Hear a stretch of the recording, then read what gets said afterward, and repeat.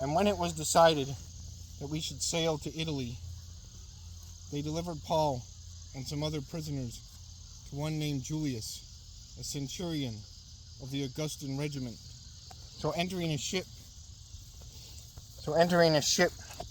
of Adramatium, we put to sea, meaning to sail along the coast of Asia. Aristarchus, a Macedonian of Thessalonica, was with us. And the next day, we landed at Sidon, and Julius treated Paul kindly and gave him liberty to go to his friends and receive care.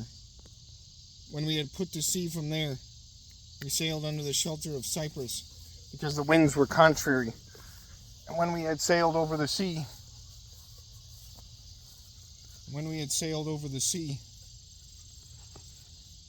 which is off Cilicia and Pamphylia, we came to Myra, a city of Lycia,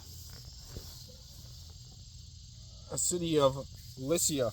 There, the centurion found an Alexandrian ship sailing to Italy and put us on board. When we had sailed slowly many days and arrived with difficulty off Cnidus, the wind not permitting to proceed, we sailed under the shelter of Crete off Salome. Passing it with difficulty, we came to a place called Fair Havens, near the city of Lacia. Now, when much time had been spent and sailing was now dangerous, because the fast was already over, Paul advised them, saying, "Men, I perceive that this voyage will end with disaster and much loss, not only of the cargo and ship, but also of our lives.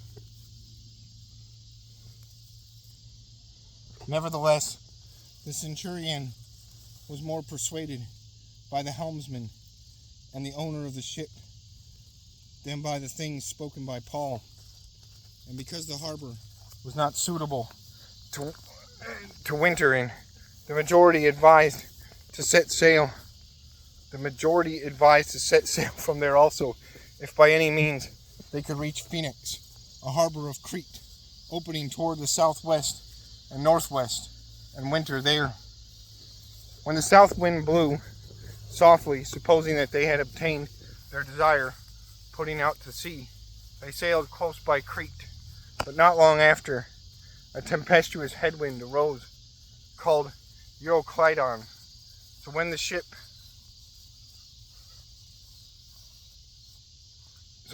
was caught and could not lead into the wind, we let her drive, and running under the shelter of an island called Clauda, we secured the skiff with difficulty. When they had taken it on board, they used cables to undergird the ship, and fearing that they should run aground on the Syrtis sands, they struck sail, and so were driven. And because we were exceedingly tempest-tossed, the next day they lightened the ship. On the third day, we threw the ship's tackle overboard with our own hands. Now when neither sun nor stars appeared for many days, and no small tempest beat on us, all hope that we would be saved was finally given up. But after long abstinence from food, then Paul stood in the midst of them and said, "Men, you should have listened to me, and not have sailed from Crete, and incurred this disaster and loss. And now I urge you to take heart, for there will be no loss of life among you, but only the ship. For there stood by me this night an angel of God, to whom I belong and whom I serve, saying, 'Do not be afraid, Paul. You must be brought before Caesar, and indeed, God has granted you all those who sail with you. Therefore, take heart, men, for I believe God that it will be just as it was told me. However, we must run aground on a certain island.' And when the 14th night had come, as we were driven up and down in the Adriatic Sea, about midnight, the sailors sensed that they were drawing near some land, and they took soundings and found it to be 20 fathoms. And when they had gone a little farther, they took the soundings again and found it to be 15 fathoms. Then, fearing lest we should run aground on the rocks, They dropped 4 anchors from the stern and prayed for day to come. And as the sailors were seeking to escape from the ship, when they had let down the skiff into the sea, under pretense of putting out anchors from the prow, Paul said to the centurion and the soldiers, "Unless these men stay in the ship, you cannot be saved." And the soldiers cut away the ropes of the skiff and let it fall off.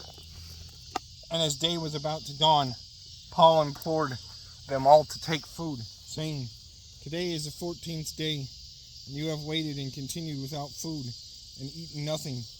Therefore, I urge you to take nourishment, for this is for your survival, since not a hair will fall from the head of you, any of you." When he had said these things, he took bread and gave thanks to God in the presence of them all. And when he had broken it, he began to eat, and they were all encouraged, and also took food themselves. And in all were 276 persons on the ship. So when they had eaten enough, they lightened the ship and threw out the wheat into the sea. When it was day, they did not recognize the land, but they observed a bay with a beach, onto which they planted to run the ship if possible. And they let go the anchors and left them in the sea. Meanwhile, loosing the rudder ropes, and they hoisted the mainsail to the wind and made for the shore. But striking a place where 2 seas met, they ran the ship aground, and the prow struck fast and remained immovable. But the stern was being broken up by the violence of the waves. And the soldiers' plan was to kill the prisoners, lest any of them should swim away and escape. But the centurion, wanting to save Paul, kept them from their purpose and commanded that those who could swim should jump overboard first and get to the land, and the rest, some on boards and some on parts of the ship. So it was that they all escaped safely to land.